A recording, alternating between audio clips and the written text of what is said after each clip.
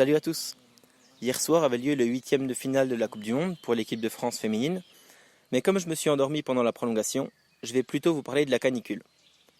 Alors l'OMS conseille chaque année une liste de choses à faire pour résister aux fortes chaleurs.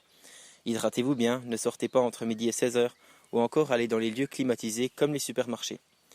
Donc, si je résume, selon l'OMS, aller dans les supermarchés permettrait d'avoir moins chaud, acheter des produits qui viennent de l'autre bout du monde permettrait de calmer la canicule. Alors moi je sais pas, mais je pense que les spots publicitaires de l'OMS, ils doivent être quand même bien sponsorisés par la grande distribution. On n'est pas obligé d'aller chez Picard pour arrêter de suffoquer comme Patrick Balkany devant la justice. On peut trouver des solutions au réchauffement climatique, et même hors période de canicule, sans même aller trop loin dans la technologie. Moi je vous conseille même d'utiliser des moyens ancestraux. En lisant un article sur geo.fr, j'ai découvert une technique agricole venue du Canada. Alors accrochez-vous bien, des paysans enterrent leur slip en coton bio pour évaluer la fertilité de leur sol.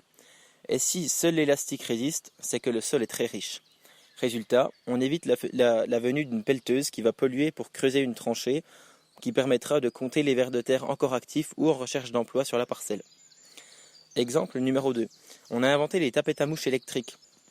Alors c'est les tapettes qui sont électriques, pas les mouches, sinon ça commence à faire sérieusement flipper le progrès. Utilisez des bons vieux filets à vos fenêtres et évitez de consommer 8 piles AAA par jour pour recharger vos engins de torture. Alors vous allez me dire oui, mais de toute façon les mouches elles rentrent quand même par la porte. Alors en effet, mais si on choisit tous les moyens infaillibles qui nous sont servis sur un plateau, on ne s'intéresse plus au problème, on n'apprend rien et on tue le suspense. Par exemple l'avion, ça te permet d'aller voir tout en détail. Quand tu atteins tes rêves, après t'es blasé. Arrêtez de prendre l'avion, gardez la part de mystère et continuez de rêver des pays lointains.